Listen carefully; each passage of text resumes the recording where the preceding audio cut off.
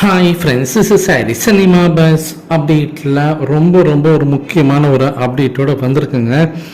நேற்று ஈவினிங்லேருந்து பார்த்தீங்கன்னாக்கா ஒரு விஷயம் ரொம்ப வைரலாக பண்ணிருக்கு. நிறைய பேர் என்கிட்ட வந்து பர்சனலாகவே வந்து வாட்ஸ்அப்பில் வந்து கேட்டிருந்தீங்க. இந்தமாரி நம்மளுடைய படம், அதாவது கூலி திரைப்படம் வந்து தள்ளி போகுதாமே, மே மாதம் ரிலீஸ் ஆகலையாமே.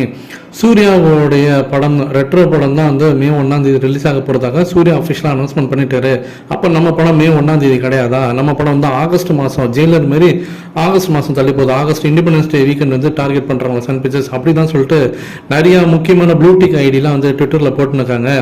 ஸோ நம்மளுக்கு வந்து படம் வந்து இண்டிபெண்டன்ஸ் டேக்கு வந்து தள்ளி போகுதா அப்படின்னு சொல்லிட்டு நிறைய விஷயங்கள் நிறைய பேர் கேட்டிருந்தீங்க. இது சம்மந்தமாக நானும் என் சைடில் கொஞ்சம் விசாரித்து பார்த்தேன்.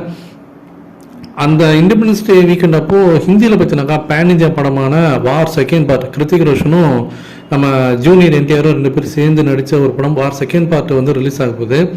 அதே தேதியில் நம்ம படமும் ரிலீஸ் ஆகுமா, கூலியும் ரிலீஸ் ஆகுமான்னு கேட்டால் எனக்கு தெரிஞ்ச வாய்ப்பே இல்லை. ஏன்னா ரெண்டுமே பேன் இந்தியா படம். நீங்கள் நல்லா யோசிச்சு பாருங்கள், பேன் இந்தியா படங்கள் எதுவுமே வந்து கிளாஷே ஆகாது. அட்லீஸ்ட் ஒரு வாரம் முன்ன பின்ன தள்ளி தான் போகும். ஸோ அவங்க ஆல்ரெடி ஆகஸ்ட் 15, அதாவது அந்த இண்டிபெண்டன்ஸ் டே வீக்கெண்டை நோக்கி வார் செகண்ட் பார்ட் ரிலீஸ் பண்ண போகிறதாக யாருக்காக அறிவிச்சிட்டாங்க. ஆனால் கூலி திரைப்படம் இன்னைக்கு வரைக்கும் அஃபிஷியலாக சன் பிக்சர்ஸ் ஒரு வார்த்தை கூட வாயை திறந்து சொல்லலை.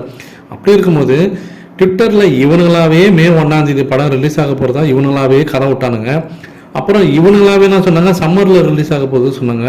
அப்புறம் இவங்களாவே இன்னைக்கு வந்து மே மாதம் ரிலீஸ் ஆகலை, ஆகஸ்ட் மாதம் தள்ளி போகுது, கிளாஷில் வரப்போகுதுன்னு இவங்களாவே தான் சொல்கிறாங்க.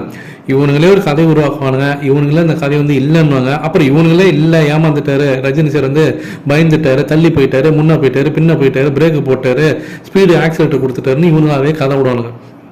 இது வரைக்கும் ப்ரொடக்ஷன் டீம்லேருந்து ஒரு அப்டேட் கூட வரல ரிகார்டிங் ரிலீஸ் குறித்து. அவங்க ரிலீஸ் தேதி சம்மர்னு கூட இது வரைக்கும் அவங்க எங்கேயுமே சொல்லலை.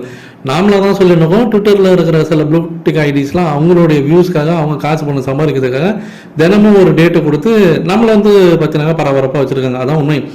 நேற்று கூட சன் டிவி வந்து பார்த்தீங்கன்னா ஒரு அஃபிஷியல் ட்வீட் போட்டிருந்தாங்க, we are coming for Pongal அப்படின்ற மாதிரி போட்டுட்டு 2 இது போட்டிருக்கான். ஒன்று வந்து ஸ்பெக்ஸ் போட்டிருக்க மாரி ஒரு இதுவும், ரெண்டாவது பார்த்தீங்கன்னா 2 கையை வச்சுருக்கக்கூடிய ஒரு இதுவும். உடனே நம்ம ஆளுங்களாம் என்ன பண்ணிட்டாங்க, ஃபர்ஸ்ட் வந்து வேட்டையன் கண்ணாடி போட்டிருக்காரு, வேட்டையன் படம் வந்து சன் டிவியில் போடுறாங்க பொங்கலுக்கு, அது ஒரு அப்டேட்டு. ரெண்டாவது வந்து 2 கை இருக்கு, 2 அப்போ வந்து ஜெயிலில் செகண்ட் பார்ட்டுக்கான அறிவிப்பு வரப்போகுது பொங்கலுக்கு அப்படின்றாங்க. ஆக்சுவலாக அந்த 2 கை வந்து அது கிடையாதுங்க, முஸ்லீம் அவங்களாம் பார்த்தீங்கன்னா தொழுவாங்க தெரியுங்களா, அந்த மாதிரி அவங்க வச்சுருக்காங்க. ஸோ லால் சலாம் படமும் வந்து பொங்கலுக்கு போட போகிறாங்கன்றதான் அர்த்தம். ஸோ அப்படி தான் அதை நம்ம எடுத்துக்க முடியும். மேபி அது ஜெயிலில் செகண்ட் பார்ட்டாக இருக்கலாம். ஆனால் எனக்கு தெரிஞ்ச அது ஜெயிலில் செகண்ட் பார்ட்டாக இருக்கிறது வாய்ப்பு இல்லை. அது வந்து முஸ்லீம் கேரக்டர், ரஜினி சார் லால் சலாம் நடிச்சா அந்த முஸ்லீம் கேரக்டரை குறிக்கக்கூடிய ஒரு விஷயமா தான் இருக்குது.